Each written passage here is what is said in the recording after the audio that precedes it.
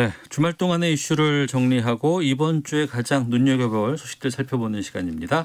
시사구말리 문화일보의 이현정 논설위원 나오셨습니다. 어서 오십시오. 네, 안녕하세요. 예, 오마이뉴스의 박정호 기자도 함께합니다. 안녕하십니까? 안녕하십니까? 예, 전쟁에 준하는 사태라고 정세균 국무총리가 대국민 담화에서 발표를 했습니다. 이번 추석 명절 특별 방역 기간으로 2주간 정했고요. 그런데 이제 10월 3일 연휴 중간에 개천절이 있고 이날 지금 집회를 강행하겠다라는 또 보수 단체들이 좀 꽤 있습니다. 지금 그래서 드라이브스루 집회로 하겠다라고 하는데 그럼에도 이제 정부 당국은 철저하게 이걸 차단하겠다, 현장 검거하겠다 여러 가지 지금 얘기가 나오고 있어요. 어떻게 해야 될지 어떻게 봐야 할지부터 좀 여쭤보도록 하겠습니다. 이현정 논설위원께서 말씀해 주시죠. 네, 어쨌거나 우리가 집회 자유는 이제 보장이 돼 있지 않습니까? 예. 그런 측면에서 이제 어떤 집회를 갖는 것 자체는 사실은 이제 기본권적 권리라고 보여지는데 우리가 지난 8.15 집회 사례 보듯이 이 감염병 사태가 워낙 이제 크다 보니 네. 사실은 이제 어떤 면에서 집회 자유보다는 공공의 안녕 질서가 중요하니까 정부 차원에서 일단 이제 지금 사실은 이제 실외 10명 이상 집회하는 걸 금지시켰잖아요. 그러니까 그런 면에서 본다면 저는 지금 상황에서 과연 이렇게 장외 집회를 열어서 하는 것은 저는 부적절하다 봅니다. 그만큼 국민 전체의 또 건강도 생각해야 되는 것이고 네. 더군다나 이번 추석이 어떤 면에서 보면 이번 감염병 사태에 중대한 고비일 수가 있거든요. 그래서 지금 일부 단체는 일단 장외 집회는 하지 않고 또 일부 단체는 한다는 데도 있습니다만은 근데 이제 이 차량 시위를 하겠다는 주장이거든요. 네. 그러니까 지금 차량 시위 같은 경우는 이제 예전에도 이런 방식으로 이제 다른 단체 등에서 많이 쓰여왔습니다만은 예전에 그 유치원 단체 같은 경우도 그 유치원차 한 300대를 쭉 일렬로 해서 이제 시내에서 했다가 이제 도로교통법 위반으로 해서 그때도 아마 이제 기소된 적이 있어요. 예. 그러니까 그만큼 어떤 면에서 보면 이게 이 실제로 이제 감염병 사태에서 모이지 못하게 하니까 이제 반대급부로 이제 차량에서 그냥 하는 거 이렇게 추진을 하고 있는데 이걸 지금 정부는 이것도 이제 똑같은 집회 금지에 준하는 조치를 취할 것 같습니다. 그래서 네. 지금 현재 일단 이 경찰이 3차례 해산 명령에 응하지 않을 경우는 이제 40점 벌점을 준다는 거고요. 이제 그럴 경우는 이제 면허 취소까지도 가능한 이제 그런 걸 한다는 것인데 글쎄요 저는 이게 참 물론 집회 자체를 저는 여는 것에 대해서는 저는 반대를 합니다. 그렇지만 실적으로 이게 과연 단속이 법적으로 가능하냐에 대한 문제를 좀 제기를 하고 싶어요. 예를 들어서 정속 주행을 한다든지 네네. 이럴 경우는 도로교통법상 분명히 단속할. 나 그냥 가는 거지 집회하는 거 아니야라고 네, 주장할 그렇죠. 수 있다는 거죠. 만약에 이제 그런 방식으로 이루어진 거면 단지 예. 그냥 깃발을 달고 했다라고 해서 어떻게 뭘 근거로 단속할 거냐. 이 근거와 관련해서는 판사들 사이에서도 의견이 좀 갈리는 것 같아요. 예. 그러니까 그만큼 어떤 면에서 보면 정부가 이제 물론 그 정세균 총리 이야기했듯이 워낙 이제 중대한 사안이니까 그렇게 하지만 과연 이게 실질적으로 단속 효과가 있을지는 저는 또 다른 문제라고 봅니다. 예. 지금 김경재 전 국회의원하고 보수단체 대표들에게 대해서 광복절 집회로 인한 구속영장이 지금 시청됐다는 보도들도 나오고 있습니다. 또 일부에서는 이번에는 집회하지 않겠다라고 하는 단체들도 좀 있고, 네. 그러니까 말씀하신 것처럼 차량 이용한 집회를 하겠다라고 이제 바꾼 거죠. 집회 형태를. 네. 계속해서 이렇게 시위를 고수하는 좀 이유도 좀 있을 것 같아요. 그러니까 어떻게 보면은 정부에 대한 비판을 하기 위한 시위라고 볼 수가 있겠죠. 그동안 정강훈 목사로 대표되는 보수 단체에서 작년에도 기억하지 않습니까? 황교안 대표가 삭발하는 그날 정강훈 목사를 찾아가서 만세삼창을 불렀던 그날 기억하실 텐데요. 그런 식으로 계속해서 문재인 대통령의 탄핵을 주장하고 또 이 정권에 대한 비판을 하기 위한 그런 집회, 그런 모임이 계속 있었는데 이것도 하나의 그 연장선상이 있다고 보여지죠. 네. 우리가 이 광복절 광화문 집회 때 보지 않았습니까? 어떤 구호가 외쳐졌고 어떤 주장이 나왔는지. 물론 거기서는 다 부동산 문제나 이런 다른 여러 정책적인 문제도 제기한 사람이 있었지만 어쨌든 전체적으로 봐서는 반정부 시위의 성격을 띈 거죠. 네. 그만큼 사람들에게 우리가 이렇게 거리에 나와서 열심히 투쟁하고 있다. 또 우리의 의지를 이렇게 보여주고 있다. 이거를 계속해서 알리려고 하는 그런 차원, 또 세과시하려는 그런 차원이 있을 거로 보이고요. 예. 그러니까 이런 주장을 하기 위해서라면 코로나19 상황이라면 사실 여러 가지 다른 방법이 있어요. 그러니까 랜선 집회라고 하는 그런 것도 있고요. 아니 자기 차에 포스터만 붙여놓고 정부에 반대한다 이런 목소리를 낼 수도 있어요. 예. 하지만 굳이 이렇게 모여서 집회를 한다 이런 상황에서 저는 일각에서는 이런 얘기도 하더라고요. 이게 정부의 방역에 심대한 타격을 줘서 정부가 내세우고 있던 그리고 외신에서 칭찬하고 있던 K-방역을 무너뜨리는 목적이 있는 게 아니냐. 네. 이런 얘기까지 나올 정도로 코로나19가 이렇게 심각한 상황에서 현장 집회를 강행한다는 건 아무리 정부에 대한 비판을 보여주는 그 뭐 집회 결사의 자유가 있다고 하지만은 국민들로서는 이해가 가지 않고요. 오히려 역효과만 내지 않을까 이런 얘기가 들리고 있습니다. 그러니까 차량 집회에 대해서 그러니까 방식을 드라이브 스루라고 하는 차량 집회 형태로 바꾸겠다고 얘기를 하니까 그때부터는 지금 여야 서로 이제 진보 보수 이쪽에서는 생각이 좀 갈리는 부분들이 좀 나오곤 있습니다. 정부는 단호한 방침을 밝히고 있지만 이재명 지사 같은 경우에는 방역에 방해가 되지 않으면 허용해야 한다 이런 주장도 좀 나오고 있고 국민의힘 쪽에서도 메시지가 좀 엇갈리곤 있습니다. 김종인 위원장은 정치적인 빌미를 제공할 수 있다면서 선을 그었지만 주호영 원내대표는 좀 약간 다른 뉘앙스 같거든요. 이 부분은 어떻게 보시는지 좀 의견 듣겠습니다. 그러니까 지금 제가 아까 말씀드렸듯이 일단 집회의 어떤 원칙의 문제. 네. 그러니까 이게 예를 들어서 우리가 이제 과연 법률적으로 이게 지금 통제하는 게 가능하냐는 문제예요. 아시겠지만 지난 7월 달에도 이제 이석기 전 의원 석방 관련해서 그때도 차량 시위가 있었는데 네. 그때는 단속하지 않았거든요. 우리가 드라이브 스루 방식이라는 게 가장 안전한 방식이라고 이야기를 하지 않습니까? 네, 네. 검사를 하는 것 자체가 외부에 확산도 되지 않고 그리고 차 안에 혼자 있을 경우는 뭐 전혀 피해가 없으니까요.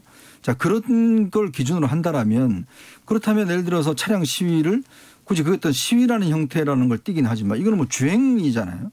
그러면 그걸 예를 들어 정부가 막는다는 거는 그런 어떤 면에서 보면 기본권적인 권리를 침해하는 거 아니냐. 네. 이제 그런 주장들이 있는 것이죠. 그러니까 이재명 지사 지적도 저는 그런 것 같아요. 이게 예를 들어서 일단 정부 입장에는 막고 싶지만 네. 그렇다 하더라도 정부라는 게 법과 원칙에 의해서 운영돼야 되는데 문제는 이걸 그냥 과도하게 막겠다고 해서 자칫하면 이 기본권을 침해할 수 있는 소지가 있다는 것이거든요. 네. 그리고 또 정부가 그동안 해왔던 것에 대한 또 모순적 상황도 되고 왜냐하면 차량이 혼자 타고 그냥 뭐 하나 포스터 붙여서 가는데 그거를 집시법 위반이라고 이렇게 어떤 한다고 하면 이건 너무 과도한 조치 아니냐라는 의식들이 나올 수가 있는 거거든요. 네. 그러니까 김종인 위원장은 이제 이 집회가 자칫하면 어떤 면에서 뭐 이제 이용당할 수 있다라는 측면에서 이제 걱정을 하는 거고 그러니까 이재명 지사는 이것에 대한 어떤 원칙적인 문제 걱정하는 것인데 제가 봐도 그렇습니다. 이게 지금 뭐 정부나 경찰 쪽 주장은 이 집회 시위하기 전에 모이면 네. 모여 출발하면 그때 뭔가 문제가 되지 않냐 이야기를 하지만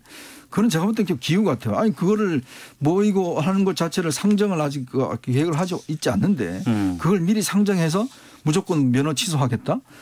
글쎄요. 과연 그게 저는 법적으로 나중에 가능할까라는 의문이 들고 자칫하면 네. 정부가 너무 과도하게 집회 시위자를 막는다라는 좀 역풍도 볼 수 있다고 생각이 듭니다. 네. 박정우 기자는요?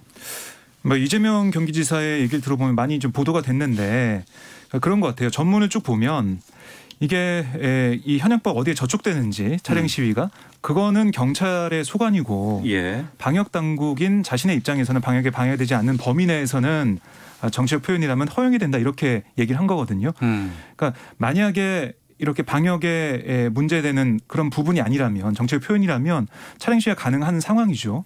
그러니까 그 점이 이 상황에 좀 적용이 돼야 되는데 네. 그러니까 집회 표현의 자유를 막을 필요가 없는 상황이 우리는 계속 이제 알고 있고 그렇게 진행돼 왔지만 지금은 정세균 총리가 얘기했듯이 준전시 상태입니다. 추석 연휴 때도 고향에 가지 말자라고 할 정도인데 이렇게 모이게 된다면 물론 이 차량에 타고 있고 안 내리고 그냥 지나가게 된다면 방역 입장에서는 괜찮을 수도 있겠죠. 네. 하지만 만에 하나의 가능성을 봐야 되는 상황 아니겠습니까? 지난번에 8.15 집회 때도 뭐 몇 명 안 모인다고 했더니 그게 몇천 명, 뭐 일각에서 몇만 명까지 불어났다라고 얘기하고 있어요. 그런데 그 집회를 주최했던 주최자는 아니 우리가 그만큼 모일 줄 어떻게 알았냐 이렇게 주장하고 있거든요. 만약에 이번에도 우리 차 타고 지나갈 거야 해서 지나갔는데 나중에 봤더니 어디서 모이고 있어요. 그래서 거기를 통해서 방역이 무너지고 또 확산이 돼요. 그럼 우리 이렇게 많이 모일 줄 몰랐다 이렇게 하면 또 어떻게 되는 겁니까? 그러니까 그런 모든 가능성을 다 염두에 두고 정부가 대처하는 거고 이재명 지사는 이 원론적인 얘기를 했다라고 보여지고요. 김종인 위원장과 주호영 원내대표가 좀 다른 목소리를 내는 것은 저는 뭐 정치적인 그런 셈법도 있다고 봐요. 내년에 김종인 위원장이 만약에 물러나게 된다면 중진들 사이에서 거기서 어떤 지도가 탄생하게 될 텐데 그러면 과연 이 정부를 비판하는 세력, 뭐 보수 세력과 기독교 세력을 그냥 멀리에 두고 갈 수 있겠느냐. 그 다독이는 차원에서 주호영 대표와 김정은 위원장 좀 다른 차원이 아니겠느냐 이 생각이 듭니다. 알겠습니다. 자, 시사구말리 문화일보의 이현정 논설위원 또 오마이뉴스의 박정호 기자와 함께 말씀 나누고 있습니다.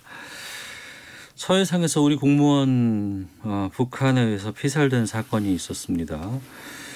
지금 이 파장이 만만치 않습니다. 국민의힘 원내지도부는 피켓 시위를 시작을 했고 오늘도 이제 국회에서 아마 의총을 했습니다. 의총도 했었고, 예. 네.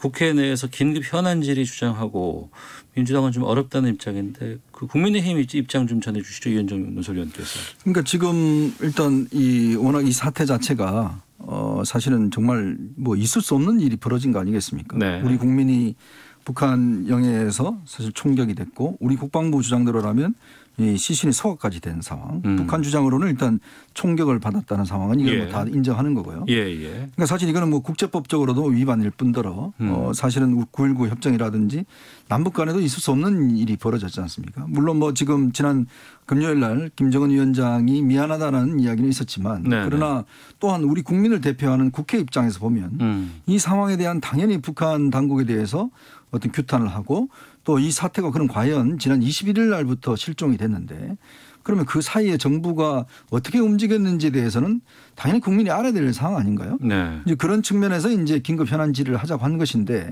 지금 여당은 사실은 뭐 이 사과문 보내왔으니까 뭐 하지 말자, 탄핵 결의안도 하지 말자, 이렇게 주장을 하고 있는데 저는 이건 말이 안 된다고 봅니다. 이거는 국회가 스스로의 권리와 의무를 저는 저버린 행위라고 보고 더군다나 오늘 같은 경우에 이 외통위 같은 데서는 남북 지금 금강산 관광 결의안이라든지 또 종전선언 어떤 촉구 결의안 이게 여당에서 지금 통과시키려고 하다가 지금 일단 좌절이 되는 상황인데 아니 말이 되겠습니까? 지금 코로나 국면에 어디 지금 여행을 간단 말입니까? 더군다나.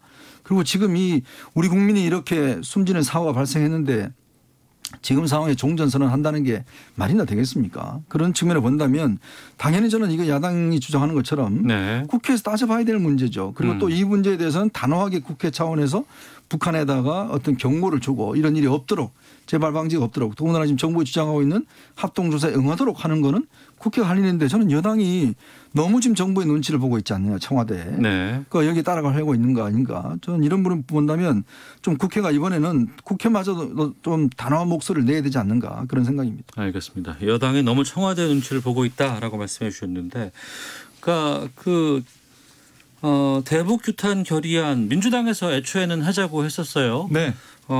강한 입장이었는데 그 북한에서 통지문이 오고 사과 발표 나오자마자 좀 의견이 바뀐 것 같아요. 그러니까 이게 지난주에 그 국회 국방위에서 여야가 합의로 결의안을 통과시켰어요. 그걸 그대로 준용해서 오늘 국회 본회의 여서 통과시키자 이렇게 얘기가 됐었는데 근데 지금 상황이 바뀌었다는 게 민주당의 판단입니다. 상황이 바뀌었다. 그렇습니다. 그러니까 왜냐하면 진상규명과 유해 송환을 위한 공동조사라는 내용도 그 결의안에 안 들어가 있고 수색 같은 그런 부분들 여러 가지 부분들이 빠져 있는 게 있다는 거예요. 그래서 그거를 수정해서 넣어야 된다는 얘기를 또 하고 있고 그다음에 국방위 결의안을 보면 이런 내용도 있어요. 북한의 한반도 군사적 긴장 유발 행위 중단 및 사과 촉구 이런 내용도 있는데 김정은 위원장이 사과를 했기 때문에 이 부분도 수정돼야 될 그런 걸로 보인다. 이게 민주당 입장이에요. 그래서 지금 아까 보니까 그 각 당 원내 지도부들이 좀 얘기를 하고 있는 것 같더라고요. 어떻게 내용을 담을지. 그래서 오늘 이 내용만 합의가 된다면 결의안은 통과될 수도 있지 않을까 저는 그렇게 생각을 합니다. 결의안을 부정하는 것이 아니고 결의안 내 내용에 대한 수정이 필요하다 이런 입장인가요? 그렇습니다. 알겠습니다. 지금 야당 쪽에서는 그 문 대통령의 그동안의 행적을 밝혀라. 세월호 사건 때도 요구 있지 않았냐라고 지금 주장을 하고 있습니다. 이 부분에 대해서도 좀 입장 듣겠습니다. 문재인 대통령도 수차례 그 이야기를 하셨죠. 대통령의 시간은 공적인 것이다. 라는 이야기를 했고 지난 취임사에서 중대한 사안이 있을 때 국민들 앞에 직접 설명을 하겠다. 뭐 광화문에서 토론도 하겠다. 이 이야기를 약속을 하시지 않습니까? 왜냐하면 우리가 워낙 전 정권의 세월호 7시간에 대한 트라우마가 있고 또 그것 때문에 대통령이 탄핵까지 되는 사태가 벌어졌기 때문에 국가 최고 지도자가 국민의 생명과 안전이 위협당하는 상황에서 뭘 했느냐 무슨 일을 했느냐 부분은 저는 당연한 권리라고 봅니다. 자 그러면 지금 지난 22일 날 이 사태가 터진 이후에 밤 10시 11시에 긴급 안보장관회의가 소집이 됐고 새벽 1시에 열렸어요.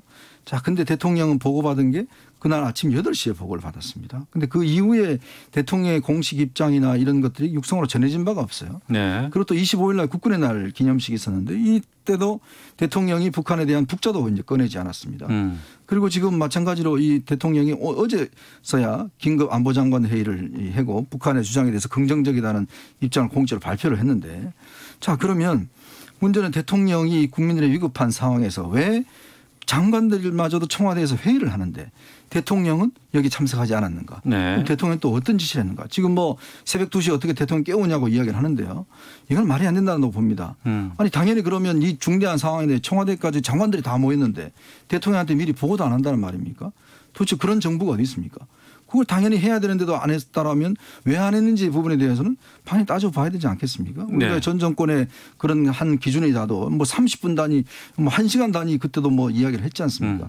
그만큼 우리 국민이 어떤 면에서 보면 구할 수도 있었던 시간 그 6시간 동안 예를 들어서 표류했던 시간이라든지 그런 시간에 대통령과 정부는 어떤 조치를 취했느냐. 네. 저는 이거는 어떤 면에서 보면 앞으로 이런 사태를 재발 방지를 위해서라도 이거는 청와대 스스로가 이거는 저는 뭐 이 규명을 꺼릴 필요는 없다 이런 네. 생각이 듭니다. 규명해야 된다. 네. 뭐 진상조사나 이런 것들은 필요하고 뭐 그렇지만은 지금 야당에서는 이걸 세월호 사건 때랑 비교를 하고 있단 말이죠. 네네. 근데 이거는 분명히 차이점이 있는데 세월호 참사 같은 경우는 우리 수역에서 일어났던 일이고 또 북한 수역에서 이번 공무원 피살 사건이 일어났고 이런 차이가 있고 또 박근혜 대통령은 보고받고도 7시간 동안 뭐 아예 나오지 않았거든요. 문재인 대통령은 국민에게 투명하게 알리라 지시를 한 부분이 있죠. 그러니까 이게 왜 새벽에 얘기가 됐는데 아침까지 기다렸냐 이런 부분이 있는데 제가 뭐 오늘 오전에 민주당 국방위원들 좀 취재를 하고 얘기를 들어보니까 사안에 경중이 있다는 겁니다. 물론 우리 국민의 안위에 신경 쓰고 책임져야 될 부분이 있지만 과연 이 부분이 우리 국민이 피살을 당한 다음에 북한이 어떤 뭐 국지전이나 아니면은 뭐 전면전에 준하는 그런 사태까지 왔느냐 그런 판단할 부분이 있었던 것 같고 그런 여러 가지 것들을 종합해서 이 아침에 보고에도 상황에 변화는 없겠다는 판단이 있었을 거라고 생각을 해요. 네. 그 부분을 민주당에서도 지적을 얘기를 좀 하고 있던데 그러니까 너무 야당에서는 오버하고 있다. 침소 봉대하고 있다라는 게 민주당의 좀 인식이고요. 그래서 이걸 어떻게든 정쟁화해서 문재인 대통령을 향한 그런 뭐 공격 포인트 삼는 게 아니냐 이런 민주당 의원들의 인식이 강한 상황입니다. 네. 이 사태가 벌어진 이후에 이제 우리 국방부 조사 결과 발표된 이후의 상황과 또 그 이후에 북한에서 이제 사과 메시지가 나온 이후의 상황과는 상당히 좀 이렇게 입장이 여당 쪽에서는 좀 달리 가는 것 같아요. 그리고 이제 친여권 인사들의 반응도 좀 달리 나오고 있고 이 정도면 됐다라고 하는 측면이 있는가 하면 야당 쪽에서는 무슨 소리냐 이거하고는 택도 없다 부족하다 막 지금 이런 것들이 상당히 좀 논쟁이 되고 있고 또 지금 그 유시민 이사장 발언 같은 경우에도 상당히 좀 주말 사이 이슈가 좀 되고 있습니다. 이 부분에 대해서도 좀 살짝 말씀 듣고 지금 이 공동조사에 대해서 좀 바로 가보도록 하겠습니다. 그러니까 지금 뭐 이 노무현 재단에서 추진했던 그 14 공동선언 관련 토론회에서 예. 김정은 위원장이 뭐 계몽군주 같다 이런 이야기를 하셨는데요. 이 계몽군주로 하면 그 18세기에 이제 계몽사상가들 존 노커라는 계몽사상가들이 당시에 이제 어떤 개인의 자유, 법치, 또 민주주의 이런 것들을 이제 강조를 했고 이걸 이제 일부 이제 그 당시에 군주들이 받아들여서 뭐 그 당시 프로이센의 프리드리 대제라든지 이런 사람들이 이제 법치주의라든지 또 고문 방지라든지 이런 걸 했지 않습니까? 자, 근데 그런 걸 했던 계몽군주인데 지금 과연 그게 김정은 위원장이 계몽군주라고 이야기할 수 있겠습니까? 자, 단적인 예로 자기 형을 일단 독살하는 게 있었고요. 최근에 미국에서 책에서 나왔지만 자기 고모부를 총살시켜서 시신을 뭐 공개했다는 거 아니겠습니까? 그리고 그동안 해왔던 게 북한에 대해서 뻔히 우리가 알지 않습니까? 인권 탄압이라든지 그런 것들 알고 있는데 근데 이거를 김정은 위원장이 단지 사과했다고 해서 이런 어떤 정말 법치주의를 앞세우고 또 개인의 어떤 자유와 인권을 강조했던 네. 그런 계몽군주와 어떻게 이게 비교가 됩니까? 저는 참 이런 인식이요. 사실은 그 통지문을 잘 읽어보시면 사실은 북한 김정은 위원장이 사과했다는 딱 말만 있지 네. 북한이 설명한 거 보면 자기는 잘못한 게 없다는 거예요. 불법 침입자가 와서 법대로 했다는 겁니다. 네. 총을 쐈다는 거죠. 자, 근데 이게 지금 사과라고 이야기를 하겠습니까? 우리 주장하고 너무나 달라요. 우리 주장은 기본적으로 이 사람 6시간 동안 바다에 구조하지 않고 나눴다는 거 아니겠습니까? 그 시신까지 훼손했다는 거 아니겠어요? 그럼에도 불구하고 이걸 사과 한마디 했다고 해서 이걸 계몽군주다? 정말 제가 볼 때는 정말 이 계몽군주들이 탄식할 일입니다. 아무리 북한을 옹호한다 하지만 이런 식의 이야기를 오도해서는 안 되는 것이죠. 네, 이게 이제 방송 중에 나왔던 그런 얘기예요. 예. 그러니까 이 김정은 위원장의 사과 소식이 속보로 전해지면서 생방송되는 방송 중에 나왔던 얘기인데, 그러니까 유시민 이사장의 발언 전체를 좀 보면 김정은 위원장의 리더십 스타일이 다르다라고 네. 얘기하면서 이게 그 예전 그 독재자처럼, 그러니까 예전 그 통치 스타일처럼 가는 거냐, 아니면 새로운 형식의 그런 뭐 지도자 이런 걸 얘기하면서 나왔던 단어라고 보면 되겠습니다. 네. 그러니까 북한이 그동안 내세웠던 핵을 개발하고 핵을 앞세워서 성군 정치를 하다가 이제 경제 쪽으로 뭔가 돌파구를 찾아보기 위해서 북미 회담도 하고 하지 않았습니까? 비핵화협상을 했는데 네. 그런 면에서 볼 때 계몽군주처럼 뭔가 개혁하는 모습이 아니겠느냐 이런 입장을 나왔다고 생각하고요. 그러니까 이게 남북 평화라는 관점에 좀 안도하면서 얘기를 하면서 나온 표현이다라고 생각이 되어지는 거지. 그러니까 김정은 위원장을 뭐 두둔하거나 아니면 뭔가 크게 평가하기 위해서 계몽군주라고 얘기한 건 아니다. 이렇게 분석이 됩니다. 알겠습니다. 지금 우리 쪽에서는 이 상황에 대해서 제대로 좀 조사를 해야 된다라고 하면서 북한의 공동조사 지금 요구를 하고 있는 상황입니다. 북한이 받을까요? 어떻게 보세요? 일단 북한이 지금 자신들이 사과를 했기 때문에 예. 저는 당연히 받아야 된다고 봅니다. 이 공동조사라는 게 지금 우리가 주장하는 거는 일단 이 함께 조사를 하는 거예요. 네. 근데 지금 이제 뉘앙스는 뭐냐면 우리 정부는 각자 조사해서 그냥 뭐 부족한 거 있으면 통보하는 이런 식의 이야기를 하는 것인데 왜냐하면 지금 국방부 발표와 지금 북한 발표가 전혀 다르지 않습니까? 그렇죠. 자, 우리는 네. 지금 탈북자가 올라갔다는 거고 네. 북한의 주장에 따르면 본인은 대한민국 누구다라고 이야기를 했다는 거 아니겠습니까? 불법 침입자는 거예요. 쭉 그러면 거기서부터 시작해서 그 경과 과정도 보면 우리 주장은 오후 3시에 발견이 됐고 실제로 오후 9시에 일단 총살이 됐고 그다음에 10시에 이제 그 시신이 훼손됐다는 거 아니겠습니까? 근데 북한은 또 전혀 다른 이야기를 하고 있거든요. 네. 그렇다면 이 부분에 대한 것들은 해야 되는데 문제는 어제 북한이 NLL 침범했다고 지금 성명을 냈잖아요. 예, 예. 그러니까 지금 이 NLL 이것도 보면은 사실 우리가 지금 53년 이후 우리가 해와던 우리 영해인데 이걸 지금 자신들이 설정했던 어떤 이 NLL이라고 주장을 하면서 침입했다고 주장하고 있는 거 아닙니까? 예. 저는 그러면서 보면 북한이 이거 받을 가능성은 거의 없다. 이런 거의 생각이 없다. 예. 박정우 기자는요? 네, 뭐 이 정부와 여당에서 주장하는 것은 바로 이제 공동조사를 통해서 진실을 밝혀야 된다라는 주장을 계속 하고 있고요. 네. 그러니까 북한은 당연히 이제 받아야죠. 받아야 되고 우리 정부가 계속 촉구를 해야 된다고 보고요. 어떻게 이런 사건이 일어나는지는 따져보고 제왕지택을 만들어야 된다라는 생각이 들고 어쨌든 이 남북 관계가 특수합니다. 그러니까 2008년도 때 박광자 씨 피격 그 사건 때도 금강산에서 예. 그때도 이명박 대통령은 그 사건 직후에 뭐 보고받은 직후에 국회 개원연설을 해서 남북한 전면적 대화 제의를 했어요. 예. 그다음에 2015년 목함질 사건 이후에도 박근혜 당시 대통령이 또 일정을 수행을 했고요. 남북 관계에 대해서 이런 것도 볼 때 우리가 이 사안은 공동조사를 통해서 진실을 밝혀야겠지만 결국에는 가는 길은 어느 쪽인가 이거는 파악하고 생각하고 가야 된다고 생각합니다. 알겠습니다. 자, 시사구말리 문화일보의 이현정 논설위원, 오마이뉴스의 박정우 기자 두 분과 함께했습니다. 두 분 추석 명절 잘 보내시고요. 다음 주에 뵙도록 하겠습니다. 네. 고맙습니다. 고맙습니다. 예, 오태훈의 시사본부 여기서 인사드리겠습니다. 내일 뵙겠습니다. 안녕히 계십시오.